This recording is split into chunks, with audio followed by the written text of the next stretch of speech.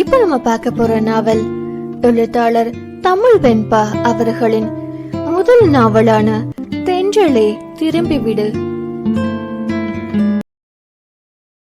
தென்றல் 30 அந்த கம்பி சாலையில் இருந்த மேடு பள்ளங்கள் எல்லாம் ஏறி இறங்கி ஆடி அசைந்து சென்று கொண்டிருந்தது அந்த டிராக்டர்.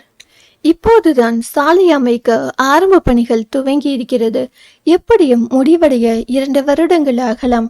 இல்லை, அடுத்த ஆட்சி வரும் வரை இப்படியே பணிகள் தொடர்ந்த வண்ணம் இருந்தாலும் ஆச்சரியப்படுவதற்கில்லை. அடுத்த கட்சியும் ஆட்சிக்கு வந்து சாலையை இப்போது போடுகிறோம் அப்போது போடுகிறோம் என்று சொன்னாலும் ஆச்சரியப்படுவதற்கு ஏதுமில்லை. பின்னே மாறாத வாக்குறுதிகள் அளிக்க அவர்களுக்கும் ஏதாவது ஒன்று தேவைதானே. அப்புறம் போன தேர்தலுக்கு ஒன்று சொன்னாங்க, இந்த தேர்தலுக்கு ஒன்று சொல்றாங்கன்னு மக்கள் தப்பா எடுத்துக்க மாட்டாங்க. இப்படிதான் இன்னும் பல சாலைகள் சீரமைக்கப்படாமல் அப்படியே இருக்கிறது. அப்படியே சீரமைத்தாலும் ஒரு மழைக்கு முழுதாய் தாக்கு பிடிப்பதில்லை சாலைகள். அந்த டிராக்டரில் வீரமரவர், பாரதி வேந்தன், கை குழந்தையுடன் லட்சுமி, இன்னும் ஊர் தலைவர்கள் என கருதப்படும் சிலரும் அவர்களுடன் பின்புறம் நின்றிருந்தனர். சூரியனின் வெப்பம் மிகுந்த கதிர்கள் முகத்தில் பட்டு கண்களை கூசு செய்தாலும் அதை பற்றிய எந்த கவலையும் இல்லை லட்சுமிக்கு. அவரின் நினைவு முழுவதும் காலையில் நடந்த சம்பவங்களை சுற்றி சுற்றியே வந்து கொண்டிருந்தது. அதன் பின் காலை பொழுதில் அந்த பழங்கால பெரிய ஓட்டு வீடு மிகவும் சுறுசுறுப்பாக இயங்கிக் கொண்டிருந்தது. வீட்டின் பின்புறம் 2 வேலையாட்கள் பரபரப்பாக தேங்காயை உரித்து கொண்டிருந்தனர்.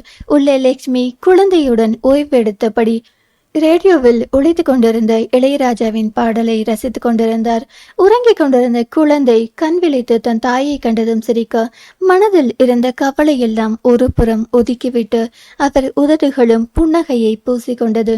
எங்கேயோ வெளியே கிளம்பி கொண்டிருந்த பாரதி வேந்தனோ கண்ணாடி முன்னின்று தலை சீவுவதும் பின்பு களைப்பதுமாக தன் அழகை ரசித்துக் கொண்டிருந்தான். அப்போதுதான் வயலுக்கு சென்று திரும்பி வந்திருந்த வீரமரவர் கை கால்களை கழுவி விட்டு சாப்பிட அமர்ந்தார். அந்த நேரம் தான் சின்ராசு மூச்சரிக்க வேகமாக அங்கு ஓடி வந்து நின்றான். என்னடா சின்ராசு, எதுக்கு இப்போ மூச்சரிக்க ஓடி வர என்றார் வீரமரவர். அது வந்து சித்தப்பு, நம்ம லட்சுமி புருஷனை போலீஸ் புடிச்சிட்டு போயிடுச்சாம். நம்ம பண்ணையார் வீட்டுக்கு போனு வந்துச்சு. அவங்க கூட ராக்கையாக்கா தான் சொல்லி அனுப்புச்சு என்றான் அவன். இந்த எடுப்பட்ட பயலுக்கு இதுவே பொழப்பா போச்சு. இத்தனை குடிச்சு புட்டு ஊரை சுத்திட்டு இருந்தான். இன்னைக்கு போலீஸ் ஸ்டேஷன் போற அளவுக்கு ஆகி போச்சா என்றவாறு தட்டிலேயே கை கழுவி எழுந்தார் அவர். நான் அப்பவே சொன்னேன், ஒத்த பொட்ட புள்ளைய பெத்து வச்சிருக்கோம், நல்ல இடமா பார்த்து கொடுங்க என்ன, நீங்க கேட்கலையா? இப்ப நம்ம மானத்தை வாங்கிட்டான் பாத்தீங்களா? இப்ப நான் என்னத்த செய்ய என பெருங்குரல் எடுத்து அழ ஆரம்பித்தார் அஞ்சம்மாள். நான் இப்படியெல்லாம் நடக்கும்னு கனவா கண்டேன். ஏதோ பாரம்பரியமாக வாழ்ந்து கெட்ட குடும்பம்னு தான் பொண்ணை கொடுத்தேன். நீ சத்த சும்மா இருடி. ஆனா ஊனா மூக்க சிந்திக்கிட்டு என துண்டை உதறி தோளில் போட்டுக்கொண்டு சின்ராசுடன் வெளியே கிளம்பினார் அவர். அப்போது குழந்தையை தூக்கி கொண்டு வெளியே வந்த லட்சுமி தானும் வருவதாக கூற முதலில் மறுத்தார் வீரமரவர். அப்பா, இந்த பச்சை புள்ள மூஞ்ச பார்த்தாவது அந்த மனுஷன் திருந்துறாராம் பாக்குறேன். தயவு செஞ்சு என்னையும் கூட்டி போங்கப்பா என லட்சுமி கெஞ்ச, குழந்தை பிறந்து இத்தனை நாட்கள் கழித்தும் பார்க்க வராத கணவனை காண வேண்டும் என்ற எண்ணம் எந்த மனைவிக்கும் இருக்கும் தானே என எண்ணிய வீரமரவர் உடன் அழைத்து செல்ல சம்மதித்தார். அங்கே லட்சுமிக்கு இதைவிட பெரிய அதிர்ச்சி காத்திருக்கிறது என அறிந்திருந்தால் நிச்சயம் உடன் அழைத்து செல்ல சம்மதித்திருக்க மாட்டார்.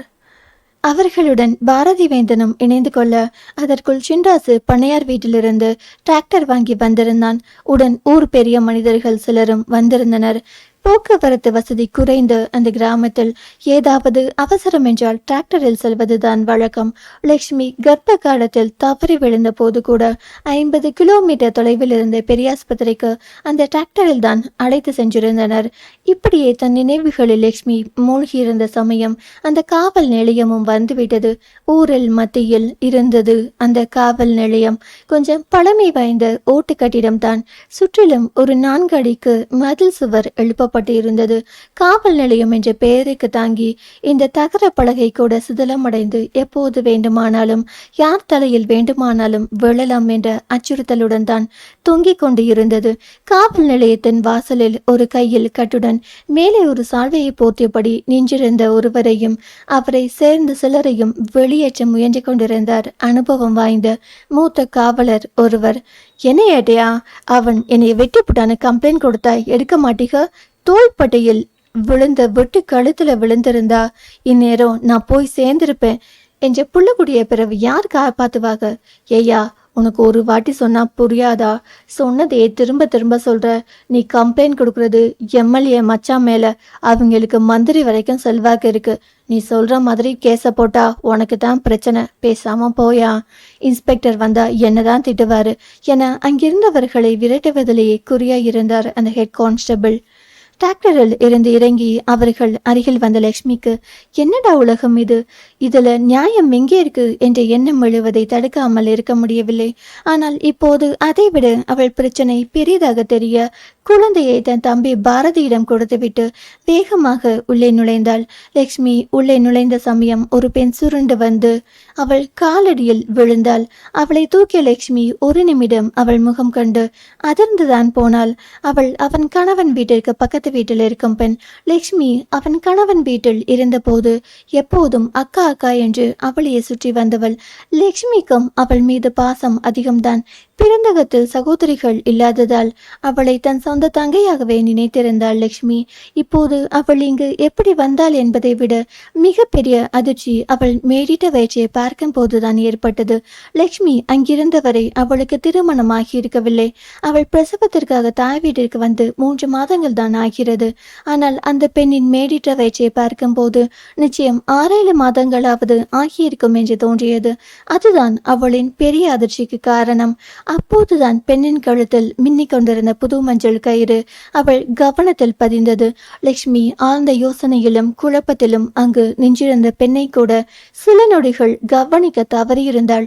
இடதுபுற உதட்டில் இருந்த ரத்தம் வடியவே, இந்த புள்ள மலரு, இங்க எதுக்கடி வந்த? உனக்கு எப்படி கல்யாணம் ஆச்சு? புள்ளத்தாச்சியா வேற இருக்க என அவள் உதட்டில் வழிந்த ரத்தத்தை துடைத்தபடியே பதற்றமாக லட்சுமி வினவ, வேகமாக அவள் கையை தட்டிவிட்டாள் மலர்விழி என்ற அந்த பெண். ஐயோ, கை குழந்தையோடு நிற்கிற இந்த புள்ளைக்கு நான் என்ன பதில் சொல்லுவேன் உனைய என மலரின் அண்ணன் மீண்டும் ஒரு அறைவிட தடுமாறி விழுந்தாள் மலர். ஆனால் இதை கவனிக்கும் மனநிலையில் லட்சுமி இல்லை. அதற்கு காரணம் அங்கு போடப்பட்டிருந்த பலகையில் அமர்ந்திருந்த அவள் கணவன் முத்துராசுதான். அவனை கண்டவுடன் நேராக அவனிடம் ஓடினாள் லட்சுமி. வாயில் ஒரு புறமாக ரத்தம் வழிந்து காய்ந்திருந்தது அவனுக்கு. முகமெல்லாம் அடிவாங்கி அங்கங்கே வீங்கி இருந்தது. அதை காண்கையில் ஒரு நிமிடம் இதயமே நின்று போனது போல்தான் உணர்ந்தாள் லட்சுமி. லட்சுமி பதறியபடி அவன் ரத்தத்தை துடைக்க வேகமாக அவள் கையை தட்டிவிட்டான் அவன். எழுந்து நிற்க முடியாமல் தள்ளாடியபடி எழுந்து நின்றான். தள்ளாடியபடியே மீண்டும் கீழே விழப்போக லட்சுமி அதனை தாங்கி பிடித்தாள். என்னை விடுடி என்று அவள் கையை தட்டி விட்டுவிட்டு அந்த பெஞ்சின் முனையை பிடிமானமாக பிடித்து கொண்டு நின்றான் அவன். ஐயோ, என்னங்காச்சு உங்களுக்கு? என்ன தப்பு பண்ணீங்க? எதுக்கு உங்களை இங்கே கூட்டிட்டு வந்திருக்காங்க? யாரும் உங்களை இப்படி அடிச்சா? எங்கேயாவது குடிச்சிட்டு போய் சண்டை வளர்த்தீங்களா?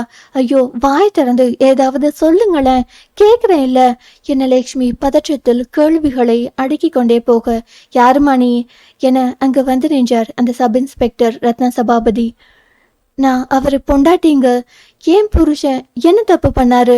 எதுக்காக அவரை பிடிச்சி வச்சிருக்கீங்க என சப் இன்ஸ்பெக்டரிடம் லட்சுமி கேட்க, ஏண்டா எடுப்பட்ட பயலே, மகாலட்சுமி கணக்கா பொண்டாட்டி இருக்கையில உனக்கு 2வது திருட்டு கல்யாணம் வேற கேக்குதா என ஓங்கி முத்துராசுவின் வயிற்றில் எட்டி உதைத்தார் அவர். ஒரு மூலையில் சுருண்டு போய் விழுந்தான் அவன். பின்னே அவரும் லட்சுமி வயதில் ஒரு மகளுக்கு தந்தைதானே.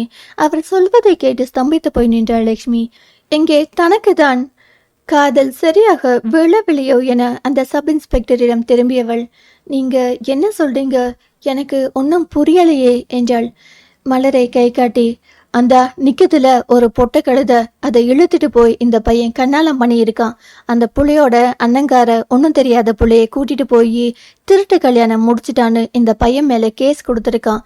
கூட்டி வந்து விசாரிச்சா இப்பதான் தெரியுது அவனுக்கு ஏற்கனவே ஒரு கல்யாணம் ஆயிடுச்சுன்னு என்றார் அந்த சப் இன்ஸ்பெக்டர். அவர் சொல்லி முடிக்க ஒரு நிமிடம் காலுக்கடியில் பூமி நழுவுவது போல் உணர்ந்தாள் லட்சுமி. மயக்கமும் சேர்ந்து வருவதை போல் தலை கிறுகிறுவென்று சுத்த தன் 2 கைகளாலும் தலையை பிடித்து கொண்டு அப்படியே அறையிலிருந்த பெஞ்சில் அமர்ந்து விட்டாள். அதற்குள் கீழே விழுந்த முத்தரசன் தட்டு தடுமாறியள, இன்னொரு புறம் அரை விழுந்த கன்னத்தை இறுக்கி பற்றியபடி நடப்பதை பார்த்து கொண்டிருந்தாள் மலர்.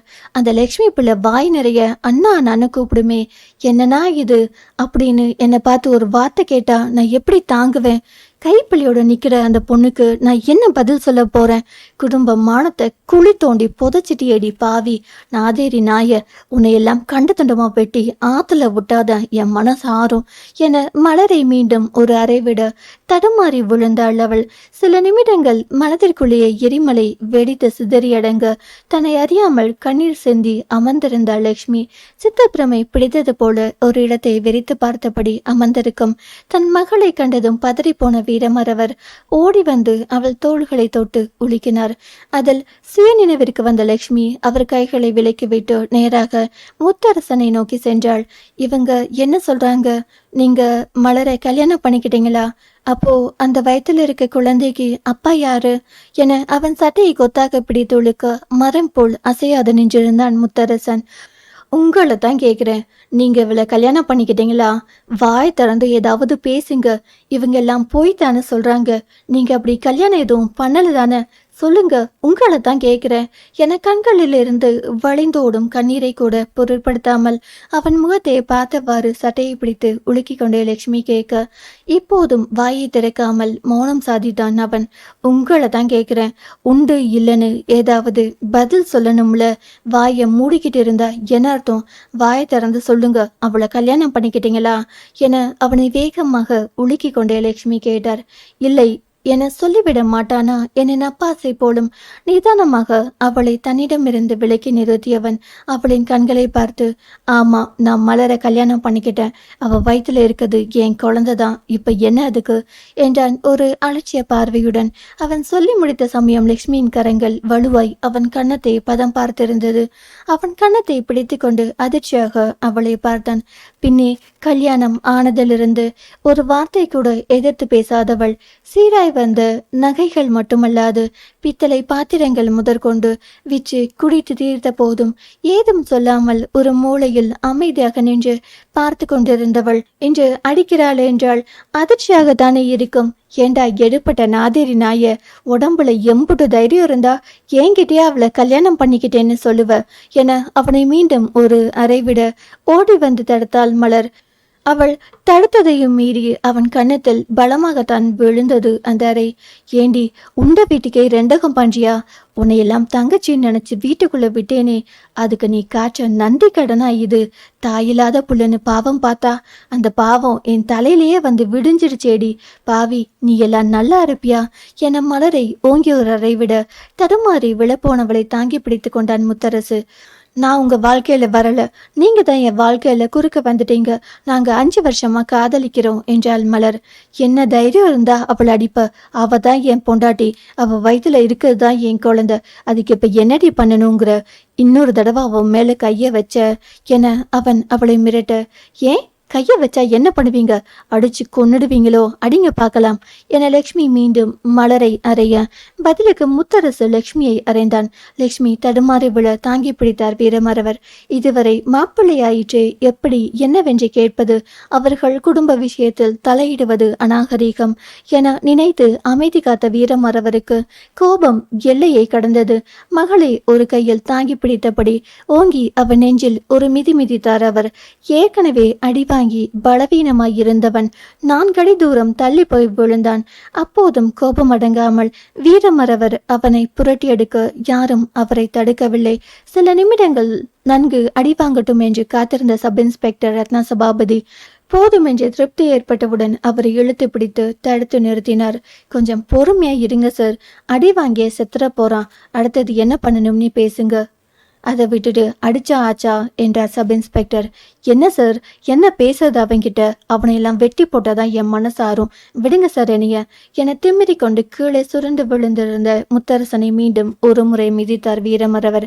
ஏதும் பேசாமல் அமைதியாக நடப்பதை வேடிக்கை பார்த்து கொண்டிருந்த லட்சுமியின் அருகில் நின்று அவரை சமாதானப்படுத்த முயன்று கொண்டிருந்தான் பாரதி வேந்தன். லட்சுமி ஏதும் சொல்லாமல் வெறித்து பார்ப்பதை பார்த்தவனுக்கு உள்ளுக்குள் ஒரு நடுக்கம் ஏற்படாமல் இல்லை. அவன் எவ்வளவு முயன்றும் லட்சுமி கொஞ்சமும் அசைவதாய் இல்லை. அவள் நிலை குத்திய பார்வை முத்தரசனையை வெறித்திருந்தது. எத்தனை பெரிய துரோகம்! எப்படி தாங்குவாள் பேதையவள்? ஒரு கையில் குழந்தையை வைத்துக்கொண்டு மற்றொரு கையால் அவளை உலுக்கியபடி, அக்கா என்ன பாருக்கா, ஏதாவது பேசுக்கா இங்க பாருக்கா, பாப்பாவையாவது பாருக்கா, அக்கா அக்கா என அவன் புறம் லட்சுமியின் முகத்தை திருப்ப அப்போதும் அவளிடம் எந்த மாற்றமும் இல்லை. அவள் வெறித்த பார்வையில் மாற்றமில்லை. பாரதி தொடர்ந்து அவள் முகத்தை திருப்பி அக்கா அக்கா என கதறியபடி அவளை பேச வைக்க முயற்சித்துக் கொண்டிருந்தான். அவன் கையில் இருந்த யாழுக்கோ என்ன புரிந்ததோ தெரியவில்லை. ஆனால் தன் தாயின் நிலை பார்த்து வேகமாக அழத் தொடங்கி இருந்தாள். யாழின் அழுகையை கேட்ட பின் தான் சுயநினைவுக்கு வந்தாள் லட்சுமி. பாரதியிடமிருந்து யாழை வேகமாக வாங்கியவள் அங்கிருந்தவர்களை விலக்கி கொண்டு முத்தரசனை நோக்கி சென்றாள். ஒரு கையால் அவன் சட்டையை பிடித்து தூக்கி நிறுத்தினாள். அவ உன் பொண்டாட்டி, அவ வயிற்றுல வளருது உன் குழந்தனா, அப்ப நான் யாரு? இந்த குழந்தைக்கு என்ன வழி? நீ பண்ண தப்புக்கு நாங்க அனுபவிக்கணுமா? சொல்லுடா, உன்னதான் கேக்குறேன், சொல்லு என ஆவேசமாக கத்திய லட்சுமியை பார்த்து ஒரு நிமிடம் அருகில் இருந்தவர்கள் அதிர்ந்துதான் போனார்கள். ருத்ர காளியாய் நின்றிருந்தாள் அவள். அதுவும் எதுவும் பேசாமல் அமைதியாக இருக்க, சொல்லுடா, இந்த பச்சை மண்ணி என்ன பாவம் பண்ணுச்சு? இதுக்கு ஒரு பதில் சொல்லு, இந்த குழந்தைக்கு ஒரு பதில் சொல்லுடா என மீண்டும் ஆவேசமாக அவன் சட்டையை உழுக்க, எவன் பெத்த புள்ளைக்கோ நான் என்னடி பதில் சொல்றது? எவன்கிட்ட படுத்து பேத்தியோ அவன்கிட்ட போய் கேளு, பதில் சொல்லுவான். தாலி கட்டுனா பொண்டாட்டி ஆயிடுவியா? அவ தாண்டி என் பொண்டாட்டி, உன்னால என்ன பண்ண முடியுமோ பண்ணிக்கோ, பொடி அந்தாண்ட. தூ எடுபட்ட நாதேரி நாய, குடிச்சிட்டு ஊருக்கு ஊரு குத்தியா வச்சுக்கிட்டு திரிஞ்ச பையனி, உன் தப்ப மறைக்க என்னே தப்பு சொல்றியா? அருவாமணி எடுத்து வகுந்து போடுவேன்ல வகுந்து. அவன் முகத்தில் விழுந்த எச்சிலை துடைக்க காலில் கிடந்த செருப்பை கழட்டி சரமாரியாக அவனை அடிக்க துவங்கி இருந்தாள் லட்சுமி. பார்த்து கொண்டிருந்த வீரமரவர் ஓடி வந்துட்டாங்க. முகத்தில் தட்டி பார்த்தோம் லட்சுமி விழிக்கவில்லை. பக்கத்தில் இருந்த கான்ஸ்டபிளிடம் தண்ணீர் வாங்கி முகத்தில் தெளிக்க அப்போதும் எந்த பயனும் இல்லை. என் அவளுக்கு மட்டும் ஏதாவது ஆகட்டும், உன்னை கண்டதிடமா வெட்டி ஆத்தல வீசல, நான் வீரமரவன் கிடையாது என முத்தரசனை பார்த்து ஆங்காரமாக எச்சரித்தவர் மகளை தூக்கி கொண்டு வேகமாக ஆஸ்பத்திரியை நோக்கி விரைந்தார். பாரதியின் கையில் இருந்த யாழு விடாமல் அழுது கொண்டே இருந்தாள். தன் அன்னை கத்தியதில் வேக குரல் எடுத்து அழத் தொடங்கி இருந்தவள் நீண்ட நேரம் வரை விடாமல் அழுது கொண்டேதான் இருந்தாள். பாரதியும் அழுது கொண்டிருந்த யாழை அணைத்து கொண்டு அவர்கள் பின்னோடு விரைய உடன் வந்த மற்றவர்களும் அவர்களுடன் விரைந்தனர். தொடரும். அடுத்த அத்தியாயம் நாளை கேட்கலாம். கதையை தொடர்ந்து கேட்கணும்னா சேனலை சப்ஸ்கிரைப் பண்ணுங்க. நன்றி. பேசும் கதைகளின் குரலாய் நான் மனோசங்கரி.